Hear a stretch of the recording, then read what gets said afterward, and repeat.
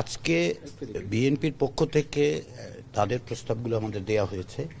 এটা লিখিত প্রস্তাব, নিশ্চয়ই আপনারা অনুমান করতে পারছেন আমরা এখন পর্যন্ত সেটা পড়িনি। ফলে তাদের প্রস্তাবগুলির বিষয়ে তো মন্তব্য করা সম্ভব নয় আমার পক্ষে যতক্ষণ আমরা পড়ছি। অন্যান্য যে সমস্ত সেগুলো অন্যান্য দলের পক্ষ থেকে আমরা প্রস্তাব পেয়েছি, সেগুলো আমরা পড়ব। আমাদের দায়িত্ব হচ্ছে যে বিভিন্ন স্টেক হোল্ডারের কাছ থেকে যে সমস্ত প্রস্তাব আমরা পাচ্ছি সেগুলোর মধ্য থেকে যে প্রস্তাবগুলো সেগুলো নিয়ে আমরা আলাপ আলোচনার মাধ্যমে আমরা কিছু সুপারিশ তৈরি করব। ইতিমধ্যে আপনারা জানেন যে আমাদের একটা ওয়েবসাইটে আমরা মন্তব্য সংগ্রহ করেছি। Double million offer Walton fridge কিনে পেতে পারেন 20 লক্ষ টাকা, রয়েছে কোটি কোটি টাকার নিশ্চিত উপহার। তাতে প্রায় 50,000-এর বেশি মন্তব্য আমরা গতকাল পর্যন্ত পেয়েছি, মধ্যরাত্র পর্যন্ত, যেটা নির্ধারিত সময় ছিল। আমরা স্টেক হোল্ডারদের সাথে আলোচনাগুলো অব্যাহত রেখেছি। ইতিমধ্যে আরও কয়েকটি সংগঠনের সাথে আমরা কথা বলবো এবং কয়েকজন নেতৃস্থানীয় ব্যক্তির সাথে। এর বাইরে যেটা আমরা আগামী সপ্তাহে থেকে অবশ্যই শুরু করব সেটা হচ্ছে একটা জরিপ, সারা বাংলাদেশে একটা জরিপ তৈরি করব, যাতে করে সমস্ত ধরনের মানুষের মতগুলো আমরা পাই। ধরুন নগর এলাকার, গ্রাম এলাকার, বয়স্ক, তরুণ, সকলে। তো এটাই হচ্ছে আমাদের কাজের অগ্রগতি হচ্ছে।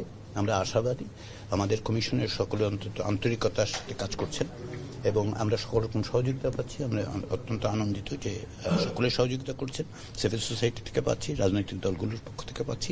তো আমরা আশা করছি যে আমরা নির্ধারিত সময়ের মধ্যে আমাদের সুপারিশগুলো দিতে পারবো। স্যার, নির্বাচনের সাথে এই সংবিধান সংস্কারের একটা খুব যোগসূত্র আছে। যেহেতু সামনে নির্বাচন হবে, এখন আসলে বিভিন্ন প্রস্তাব এসেছে, দ্বিপক্ষ বিশিষ্ট প্রস্তাব এসেছে, নানা প্রস্তাব এসেছে। নির্বাচনটা, জাতীয় নির্বাচনটা কোন প্রক্রিয়া হবে সেটার সাথে এটার সাথে জড়িত। তো আপনারা কবে নাগাদ এই শেষ করে আপনাদের এই পুরো প্রক্রিয়া শেষ করতে আসলে কি পরিমাণ সময় লাগতে পারে?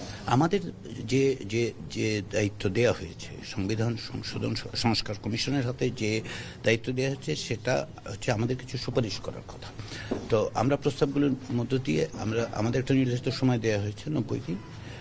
আমি যেটা বলি যে যেহেতু 6ই অক্টোবর এই কমিশনের যাত্রা শুরু হয়েছে, আমরা 5ই জানুয়ারি পর্যন্ত সময় পাবো এরকম আশা করছি, যদিও বলা হচ্ছে 30শে ডিসেম্বর পর্যন্ত।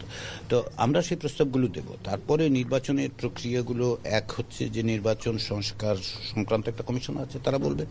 আর এটার নির্বাচনের সিদ্ধান্তটা আসলে নেবে অন্তর্বর্তী সরকার। আমাদের ক্ষেত্রে শুধুমাত্র এই নির্বাচন তো নয়, সংবিধান তো কেবলমাত্র একটি নির্বাচনের বিষয় নয়। আগামীকালের নির্বাচন, আগামী বছরের নির্বাচন, গত বছরের নির্বাচন নয়। আমরা সংবিধানের মধ্যে যে সমস্ত নির্বাচন সংক্রান্ত যে প্রস্তাবগুলো, যে মতামতগুলো এসছে, সেগুলোর থেকেও আমরা সুপারিশ তৈরি করব। ফলে সুনির্দিষ্ট করে নির্বাচনের বিষয়টা কবে হবে, কি প্রক্রিয়া হবে, সেটা সরকার বলতে পারবে। এবং আমাদের পক্ষে, বিশেষ করে সংবিধান সংস্কার কমিশনের পক্ষে বলা সম্ভব নয়। সংবিধান পুনর্লিখনেরও দাবি অনেকের পক্ষ থেকে আছে। এখন পর্যন্ত প্রস্তাবনা দিয়ে আপনার মোটা দাগে দেখেন, তাহলে কি ধরনের প্রস্তাবগুলো আর কি বেশি এসেছে? সেক্ষেত্রে পুনর্লিখন বা সংশোধন, বিয়োজন, সেই বিষয়গুলো যদি একটু 3রা নভেম্বর আমরা যে সাংবাদিক সম্মেলন করেছিলাম সেখানে সংস্কারের পরিধি সম্পর্কে আমরা বলেছি। আমরা সবগুলোই রেখেছি, সংশোধন, সংযোজন, বিয়োজন, পুনর্লিখন, সকল কিছুই আছে। আমরা তো এখন স্টেক হোল্ডারদের সাথে কথা বললাম, তাদের লিখিত বক্তব্য আছে। সব লিখিত বক্তব্য কি আমরা পড়ে শেষ করতে পেরেছি? আমরা এখনো পারিনি, সঙ্গত কারণ বুঝতেই পারেন আপনারা। তো সমস্ত রকম যে মতামতগুলো এসছে সেগুলো আমরা বিবেচনায় নেব। বিবেচনায় নিয়ে সেগুলির মাধ্যমে যেখানে যে ধরনের সুপারিশ করা দরকার, আমরা সেই সুপারিশগুলো উপস্থাপন করব।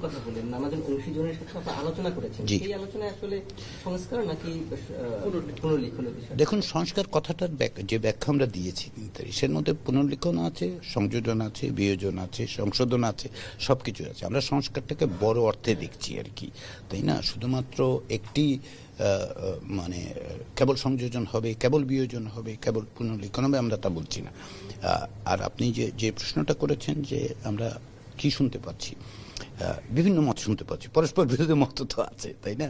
ফলে এক কথায় যদি আমি সারাংশ করতে চাই তাহলে একটু বিপজ্জনক পরিস্থিতি তৈরি হবে। কারো কথা বলবো, কারো কথা বলবো না। ফলে আমাদের সময় দিন। এটা বলছি এই কারণে যে আমরা সকলের মত শুনছি, সকলের মত সংশ্লিষ্ট করে তাদের মতের সারাংশ নিয়ে কিছু কিছু সুপারিশ আমরা তৈরি করতে পারবো, এবং সেটার জন্য একটু অপেক্ষা করুন। আপনাদের সহযোগিতা খুব দরকার, আপনারা আমাদের সহযোগিতা করুন, এবং এই পর্যন্ত আপনাদের সহযোগিতার জন্য আমি সত্যি সত্যি আপনাদেরকে ধন্যবাদ দেব। শুধু আমি না, আমার কমিশনের পক্ষ থেকে প্রত্যেকেই আমরা অত্যন্ত আনন্দিত, অত্যন্ত কৃতজ্ঞ যে গণমাধ্যমের সহযোগিতাগুলো পাওয়া যাচ্ছে। এবং আমরা লক্ষ্য করে দেখুন, আমি আমাদের কমিশন থেকে প্রতিদিন আমরা একটা প্রেস রিলিজ দেওয়ার চেষ্টা করি কি হচ্ছে না হচ্ছে, কারণ আমরা বিশ্বাস করি যে স্বচ্ছতা দরকার, আপনারা প্রত্যেকের জানার প্রয়োজন। সেজন্য যখনই কিছু হচ্ছে, এমনকি কোনো প্রতিনিধি দল আসলে আমাদের সাথে দেখা গেলো, সেটাও আমরা জানাচ্ছি, এবং কাদের সাথে আমরা কথা বলছি সেটাও আমরা জানাচ্ছি। এই স্বচ্ছতায় আপনারা সহযোগিতা করছেন, সেজন্য অসংখ্য ধন্যবাদ আপনাকে।